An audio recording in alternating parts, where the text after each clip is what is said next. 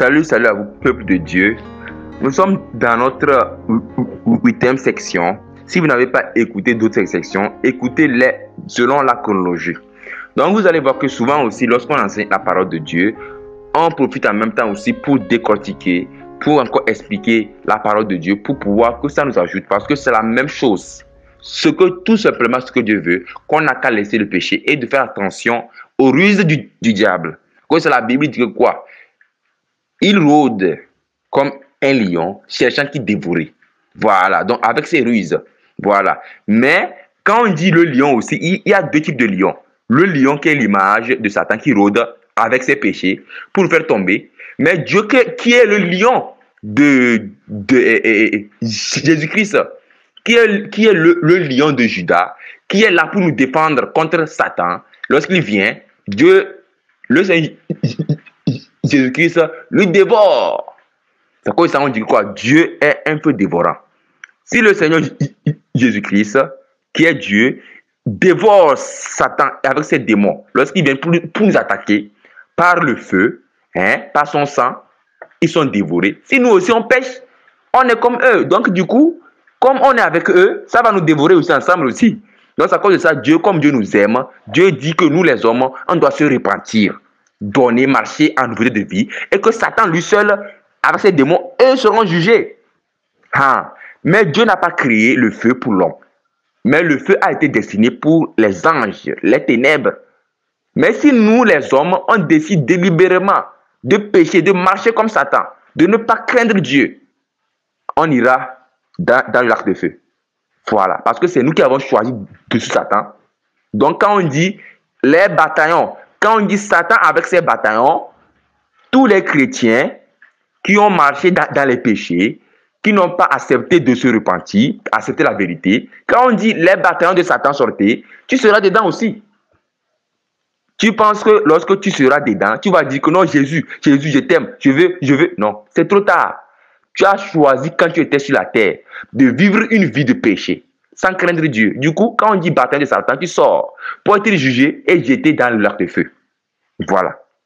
Mais si c'est que sur la terre, tu as choisi, même si c'est difficile, tu as dit, bon Dieu, tu m'as dit cela, c'est difficile pour moi, c'est vrai. Mais je vais m'efforcer, parce que la Bible dit que c'est toi qui donnes le pouvoir et le pouvoir. Tu t'efforces à laisser le péché, tu vas voir que tu vas laisser les péchés, et quand on dit les bataillons de Jésus-Christ, tu sors, et tu es derrière Jésus, et tu as la vie éternelle. C'est comme ça. Donc c'est ça. Donc, on était en train de voir notre verset de Hébreux chapitre 6, le passage de Hébreux chapitre 6 à 12. Et on a parlé que c'est pourquoi les éléments de la parole de Christ tendons ce qui est parfait sans poser de nouveau le fondement du renoncement aux œuvres mortes. Et puis dans le premier temps, de la foi en Dieu, de la doctrine des baptêmes, on a donné beaucoup de choses sur le baptême. On a parlé aussi de l'imposition des mains, le baptême, de l'imposition des mains, et le Saint-Esprit le Saint-Esprit. Donc, et c'est là-bas aussi, on a parlé de comment aussi, certains aspects du Saint-Esprit, on a détaillé aussi, on est rentré dans beaucoup de détails, comme comment Satan attaque l'Église, etc. Donc, la Bible dit que de la foi en Dieu, Hébreux chapitre 6, Hébreux chapitre 6, le verset 2, de la foi en Dieu, de la doctrine des baptêmes, de l'imposition des mains, de la résurrection des morts et du jugement éternel. C'est ce que nous ferons si Dieu le permet. Vous voyez, non? Regardez, ici, ce verset est tellement très important. Et quand je lis ce verset-là, je n'aimerais pas me retrouver dans ce contexte. Comment je vais faire si aujourd'hui, ce verset-là, c'est un verset que je demande à Dieu de m'aider, vraiment, pour que je puisse bien être agréable à Dieu, de plus le craindre dans le sens que, de haïr le péché. Quand la Bible dit craindre, la Bible a parlé quelque part que quand on dit la crainte suppose qu'un châtiment. Et c'est vrai, il y a deux fois, parce qu'il y a craindre, avoir peur de Dieu quand on est dans le péché. Il y a avoir peur de Dieu de ne pas pécher. La crainte qui est bonne, il faut avoir peur de Dieu de ne pas pécher. que d'être dans le péché et que tu as peur. Si c'est que tu es dans le péché, tu as peur, donc il faut savoir que ton cœur est en train de dire que quoi? Si tu t'appelles par exemple Hélène ou bien Jean, ou bien tu t'appelles un nom, donc, ou bien tu t'appelles aussi Richard, hein, quand tu entends la parole de Dieu qui te dit que, par exemple, tu es lié à l'impudicité, tu es lié à l'adultère, quand la Bible dit quoi? Les adultères ni les impudiques n'hériteront pas le ciel. Ton cœur bat, ton cœur bat. Voilà, ton cœur bat, ton cœur en train de dire. Ça dit que Dieu est en train de te parler à travers ton cœur que tu n'es pas en règle. C'est à cause de ça ton cœur bat. Si ton cœur bat, c'est un bon signe. Cela veut dire que Dieu te parle, que repens-toi. Parce que Dieu a mis quelque chose dans nous. Dieu a permis que dans notre cœur, Dieu peut faire que notre cœur nous parle. Dieu peut nous parler à travers notre cœur. Si aujourd'hui on prêche que les voleurs iront en enfer, ton cœur bat, c'est normal parce que tu es voleur, donc Dieu t'interpelle que tu peux changer. Donc c'est pour cela ton cœur bat. Donc la Bible dit que si c'est que tu crains, dans le sens que tu as peur, tu n'es pas parfait dans l'amour. Oui, et c'est vrai aussi. Parce que tu n'es pas parfait, tu as un péché lié quelconque, comme le vol, l'impudicité, une vie mondaine. Donc c'est à cause de cela ton cœur bat. Mais si c'est que tu crains Dieu, que tu n'as pas peur, tu crains Dieu à ne pas pécher, tu es conforme à la parole de Dieu, et tu crains Dieu à ne pas pécher, c'est une bonne crainte. C'est ça que la Bible dit que la crainte de Dieu, quand vous lisez les proverbes, c'est la haine du mal. Quand tu haïs le péché, tu crains Dieu. Craindre Dieu signifie aussi aimer Dieu. Aimer Dieu signifie aimer ce que Dieu aime, haïr ce que Dieu haït. Dieu aime ce qu'on appelle la justice, la bonté, une vie de sainteté. Donc tu dois t'attacher à Dieu. C'est à cause de ça Jésus-Christ parlait en disant que quoi? Si vous m'aimez, pratiquez mes commandements. Aujourd'hui, les gens se demandent, je veux plaire à Dieu.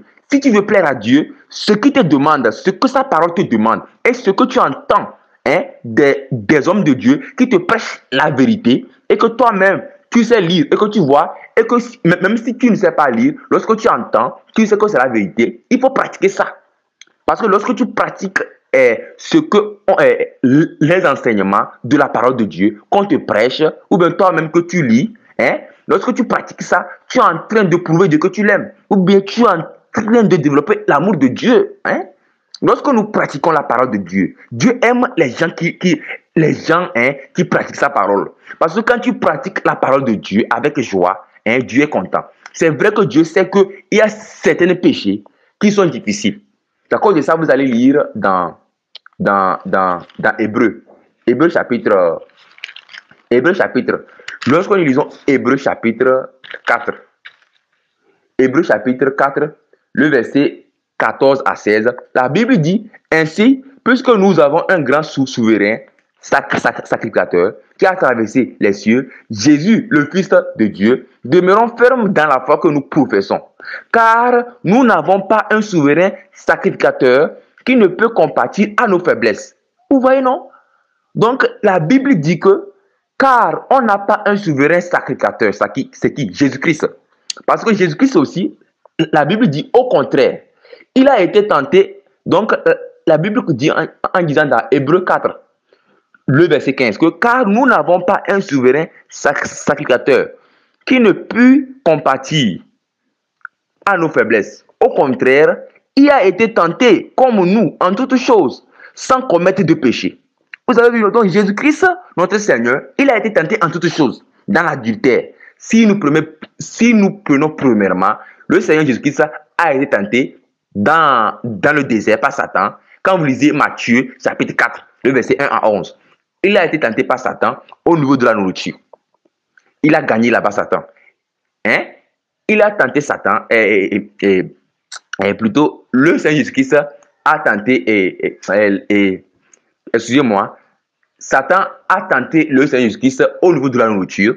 Le Seigneur Jésus-Christ lui a vaincu. Par quoi? Par la parole de Dieu. Aujourd'hui, comment on combat Satan? Après tout aussi, je veux donner aussi en même temps les aspects de la guerre spirituelle. Aujourd'hui, quand on dit le combat spirituel, qu'est-ce qu'on dit le combat spirituel? Voilà. Qu'est-ce qu'on dit le combat spirituel? Beaucoup d'hommes de Dieu ont enseigné le combat spirituel, etc. Donc, vous allez avoir l'éclairage encore de comprendre ce qu'on appelle le combat spirituel aussi. Donc, vous allez voir que Matthieu chapitre 4, le verset 1 à 11, c'était un combat spirituel que le Seigneur Jésus-Christ nous montre comment quand Satan vient, comment on doit agir dans les tentations, hein, à travers Satan, à travers nous-mêmes. À cause de ça, souvent aussi, lorsque, par exemple, je reste de mon côté, je sens dans mon cœur en même temps un désir. Je sens dans mon cœur, par exemple, hein, la Bible dit, par exemple, hein, parce que Satan connaît aujourd'hui, lorsque tu te sépares de tes anciens péchés, Satan va essayer de te ramener par tes anciens péchés que tu aimais. Vous allez voir que, hein, avant dans le monde, j'aimais ce qu'on appelle une mondanité, une vie d'impudicité, une vie d'avarisme, égoïsme, une vie de plaisir, regarder les films mondains. Vous allez voir que sur l'internet, Satan peut m'envoyer, par exemple, un lien pour dire que nouveau film. Oui, c'est vrai que dans l'internet, lorsque tu regardes les vidéos, hein, ils vont t'envoyer les nouveautés. Mais quand tu te sépares, c'est fini. Pourquoi ils m'envoient encore les nouveautés? Normalement, je ne regarde pas les films. Pourquoi ils vont m'envoyer ça? Mais vous allez voir que, comme souvent aussi, ce critère aussi s'impose sur l'Internet, tout le monde balance sa chaîne, les vidéos. Vous allez voir que, comme Satan sait que j'aimais les films dans le monde, il va m'envoyer un film avec, ça dit que ce que j'aimais vraiment dans le monde. Hein, que voilà, les films d'horreur, les films etc. Donc, les mangas, je les aimais tous. Donc, Satan m'envoie ça pour me tenter. Et je retire ça. Il y a quelque part sur donc, je retire la vidéo là en même temps. Il m'envoie les trucs sur l'impudicité. Je retire ça. Ou bien, il m'envoie certaines choses que je vois que la fille n'est pas bien habillée selon la parole de Dieu et que ça montre les parties sensibles. Je retire ça en même temps. Parce que je sais que par mes yeux, en contemplant, je peux pécher. Donc, c'est à cause de ça, ce que je sais que Jésus-Christ n'aime pas que je puisse voir, je fais attention à retirer. Voilà. Donc, peut-être qu'en marchant, j'ai vu par exemple, par mes yeux, par exemple, lorsque nous marchons, il y a nos yeux qui regardent. Si c'est que par exemple, en marchant, j'ai regardé et que j'ai senti quelque chose dans mon cœur, je me reprends en même temps.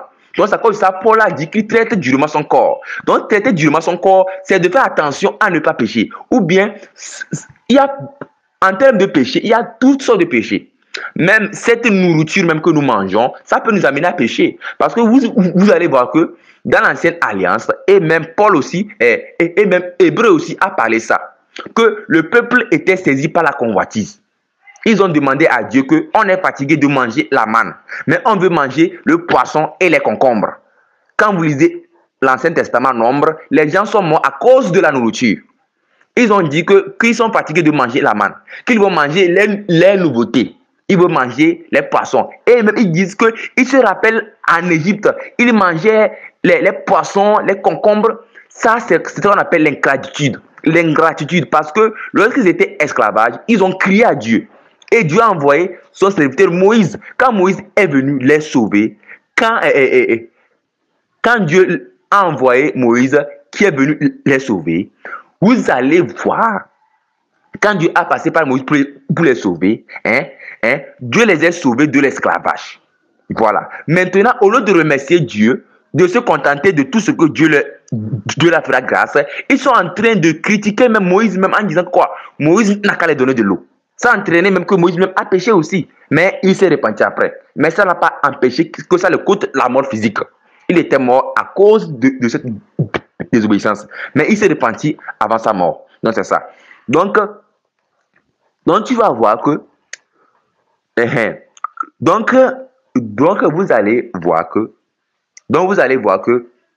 nous devons faire attention. Et donc vous allez voir que les gens, comme je disais, les gens sont morts à cause de la nourriture. Donc aujourd'hui, faites attention.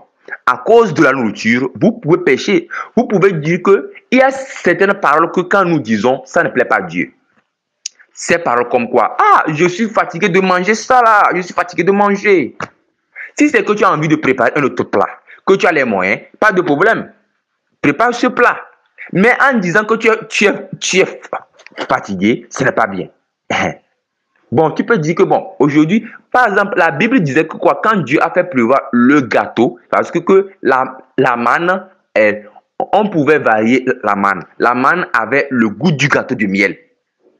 La manne avait le goût du gâteau du miel. On pouvait le transformer en ceci, en cela. Donc, la manne pouvait être variée. Donc, Dieu avait permis que la manne qui tombait du ciel pouvait être variée. Mais le peuple qui avait mangé les concombres, les poissons en Égypte, ils disaient qu'ils veulent encore ces concombres. Ils disent qu'ils ont même osé dire à Moïse que quoi, que tu nous as amenés dans ce désert pour nous faire périr. Or, en disant ça, c'est à Dieu ils sont en train de murmurer. Parce que Moïse a dit que quoi, lui n'est rien. Donc, si c'est que vous soulevez contre moi, vous vous soulevez contre Dieu. La Bible dit que lorsque Dieu a fait pleuvoir la caille, ça dit que c'est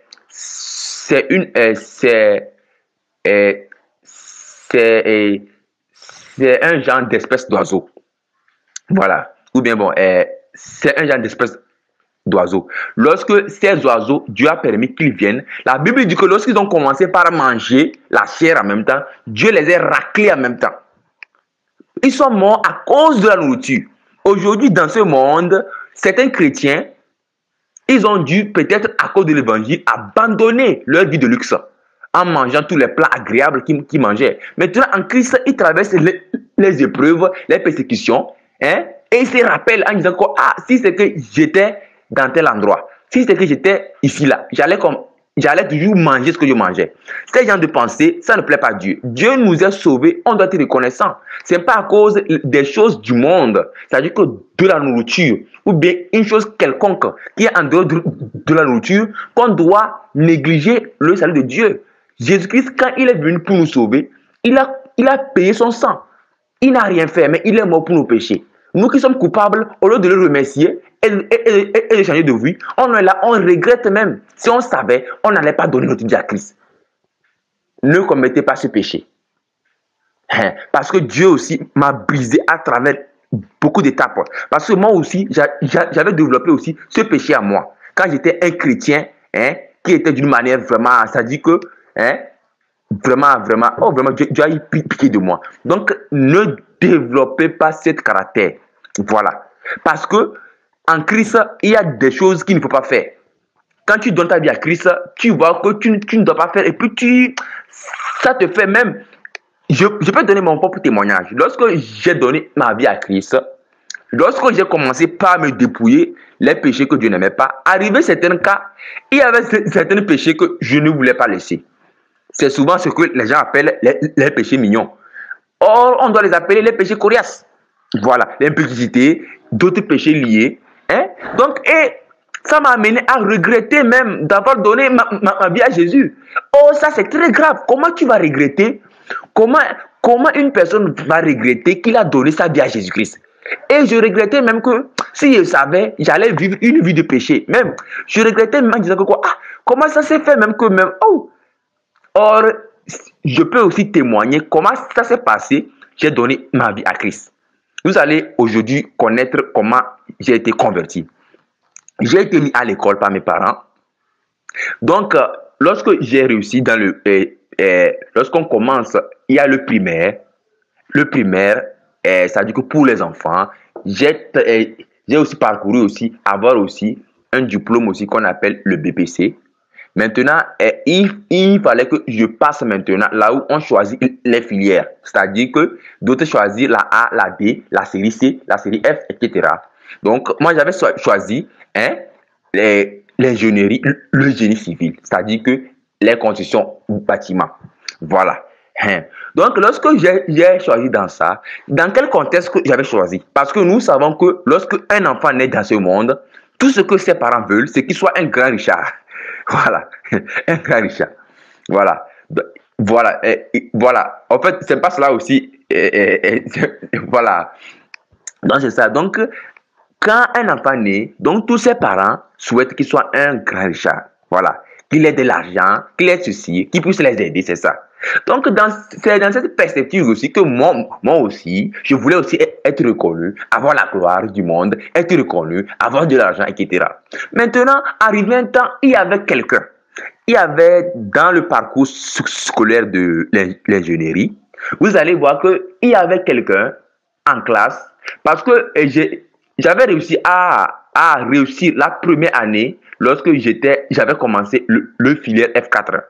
J'avais réussi la première année. Voilà. Donc, la deuxième année maintenant, il fallait passer le bac au premier niveau. Parce qu'il y a le bac, le premier niveau, le bac, le deuxième niveau, qu'on appelle souvent le bac 2. Il y a le bac 1 et il y a le bac 2. Le bac 1 qui est l'image du probatoire, le bac 2 qui est le baccalauréat. Donc, lorsque je suis arrivé le bac 1, qui est le proba, arrivé là-bas, il y avait certains anciens qui avaient échoué. Parce que c'est vrai que dans notre filière, il y a beaucoup de choses qui peuvent arriver et qui peuvent faire échouer un élève plus de 4 fois, 5 fois, 10 fois. Oui. Donc, lorsque la personne a dit que quoi, vous les nouveaux, donc nous, on était les nouveaux arrivants. Il y avait les anciens. Donc, ils ont dit que si vous n'échouez pas plusieurs fois, vous n'allez pas réussir. C'est là-bas que j'ai dit comment aussi ma soif de réussir dans ce monde, selon les principes du monde, avoir la gloire, l'argent, était très élevée. J'ai dit que quoi? Bon, je ne vais pas aller chez le marabout, mais je sais qu'il y a un Dieu en haut. C'est là-bas que j'ai commencé par m'intéresser aux choses de Dieu. J'ai vu un ami aussi, c'est vrai aussi, un ami aussi qui était admirable aussi. J'ai remarqué que l'ami là, écoutez-moi bien, vous les chrétiens, nous les chrétiens, les frères et sœurs, regardez ce qui m'a encore amené à m'adonner à Christ. J'avais discerné un ami particulier. Un ami particulier, même ils sont deux amis particuliers. Leur manière d'être. C'est vrai que aussi que Dieu les a fait grâce, qu'ils étaient vraiment les premiers, etc. Dans les évaluations temporaires, ils étaient les premiers. Un jour, quand je rentrais chez moi, il y avait un ami particulier qui, lorsque je l'ai vu, il a dit que lui, il va à l'église, c'est-à-dire qu'il va à l'église. Voilà. Voilà. Donc, c'est là-bas que j'ai dit que, sûrement Dieu est avec lui là, c'est à cause de ça, il est intelligent. Vous écoutez les pensées d'un païen. Donc aujourd'hui, les païens aussi, ils veulent voir quelque chose dans nous les chrétiens. Si le païen ne voit pas une différence, peu importe en toute chose, il va penser que quoi, vous êtes les mêmes, c'est ça. Parce que le païen, lorsqu'il remarque la lumière de Christ en nous, il va venir. Donc c'est ce que moi j'avais remarqué. Donc ça m'a encore poussé à m'adonner à Dieu. Donc l'année là aussi, Dieu m'avait aidé. Et aussi, sans oublier que lorsque aujourd'hui un homme réussit, c'est une grâce de Dieu.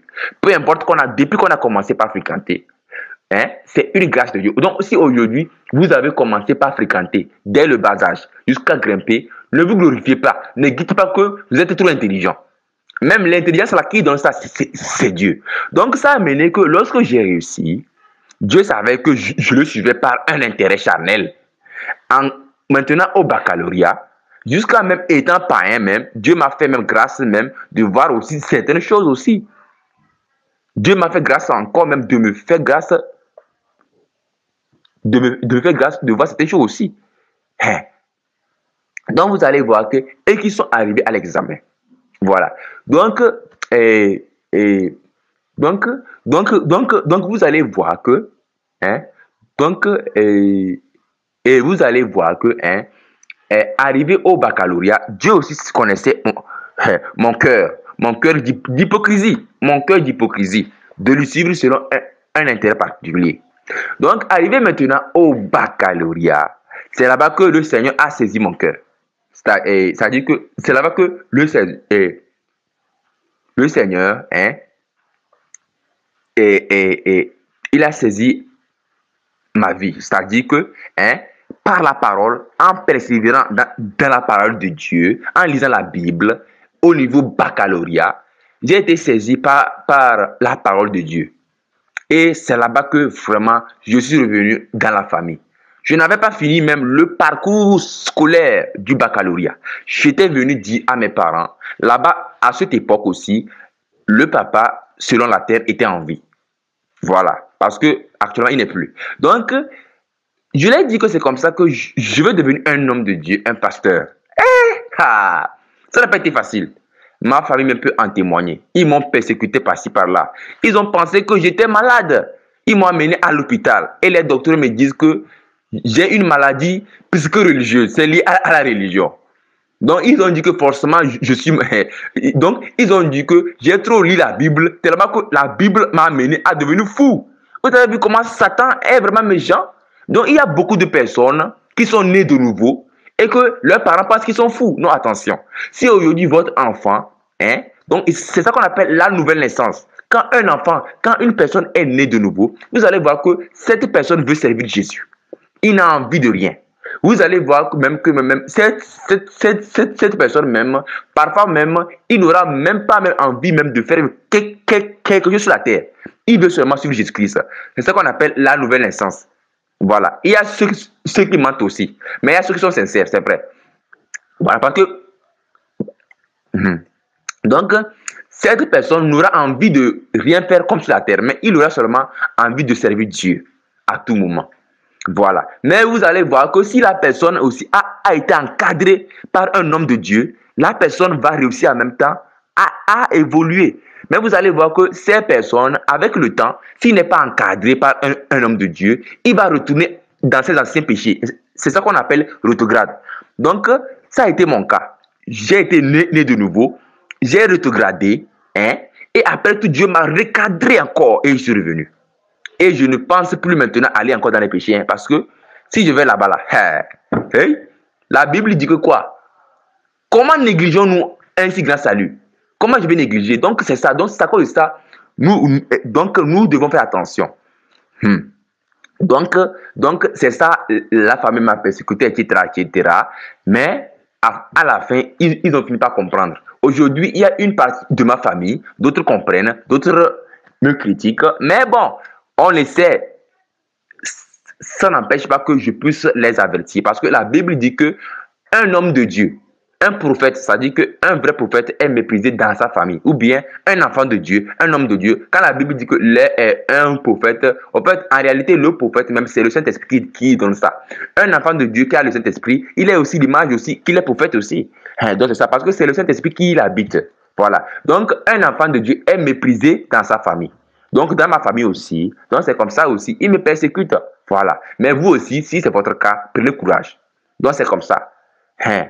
Voilà. Donc, c'est à cause de ça, vous allez voir que lorsque j'exhorte ma famille, comme ils me connaissent, parce que quand Jésus-Christ aussi parlait, les gens ont dit que quoi? C'est pas le fils de Marie, c'est pas le fils de Joseph, et sa maman n'est pas Marie, et ses soeurs ne sont pas parmi nous aussi. Donc, ces gens, donc à l'époque de Jésus-Christ, et qui est encore aujourd'hui notre image aujourd'hui, les gens de la famille ne voulaient pas croire premièrement en Jésus-Christ. Mais c'est après tout qu'ils ont cru. Donc, moi aussi, dans mon cas aussi, et votre cas, espérons que à la longue, nos familles aussi vont croire à la bonne nouvelle et pratiquer selon la sainteté. Donc, c'est ça. Donc, ils vont vous dire que quoi? Tu veux les enseigner quoi? Ils vont dire que toi, c'est maintenant que tu viens de connaître Dieu et tu veux nous enseigner quoi? Or, en sachant que c'est pas ça, dans l'enseignement, il y a beaucoup d'hommes de Dieu qui font l'erreur là. À vous, pasteur, homme de Dieu. Ne dites pas si aujourd'hui, il y a un fidèle à l'église, ou bien quelqu'un, il est un fidèle à l'église, il vient vous dire que vous devez prêcher sur certaines choses que vous n'avez pas prêché. Analysez si c'est vrai, prêchez ça. Parce que vous allez voir que lorsque tu vas voir le pasteur, tu lui dis, pasteur, voilà, les choses que Dieu n'aime pas. Il va dire qu'il a fait la théologie. Il va dire que toi qui t'as nommé pasteur, il va te mépriser. Attention, si vous êtes pasteur, vous l'avez fait, repentez-vous. Voilà, donc si vous êtes pasteur, vous avez fait, repentez-vous. Donc, il a s'agit aussi de mon cas aussi. Donc si c'est que donc c'est à cause de ça, je dis quoi? Mon église, c'est quoi? C'est la vérité de la parole de Dieu. L'église de Jésus-Christ, c'est la vérité. Ce n'est pas le bâtiment. L'église, c'est nous-mêmes. C'est de pratiquer la vérité. Donc, si aujourd'hui, vous êtes un homme de Dieu,